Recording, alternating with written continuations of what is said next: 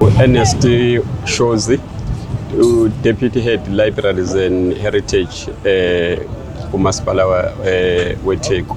Asibonge ithuba enisipha lona ukuthi sibe ingxenye yalomcimbi wanamhlanje.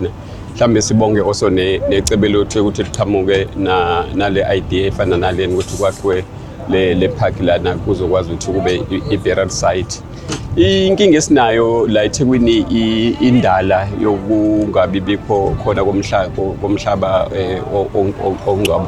Sibonile nangekhathi ze-COVID ukuthi bese kunokuswelakala kweindawo ngoba sekugcwele indawo eziningi. Eke sithi nje kunendaba ezinkulu lakhe kwabo Red Hill la bengcwatshelwa khona sekugcwele nakhona akusakwazi ukuthi kungcwabe kahle nakwezinye nje indawo iTheku lonke.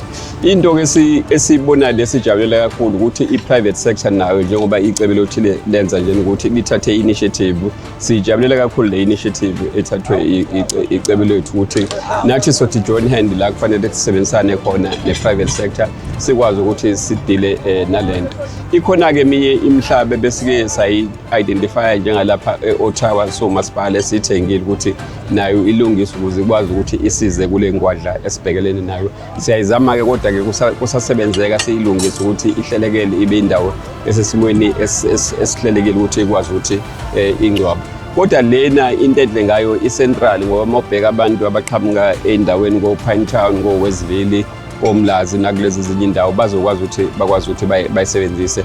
But iview yethu ukuthi sidinga more yey'ndawo efana nalezi nokuthi kuqhubeke bekhona ukusebenzisana phakathi kahulumeni ne-private sector ukuze sidile nalento ngoba abantu balo beshonile ngaso sonke isikhathi. So kudingeka ukuthi masebe abantu sebehambile babeke ngendlela enesizotha ukuze abomndeni bajabule nabuthi cha abantu bethu babekeke kahle.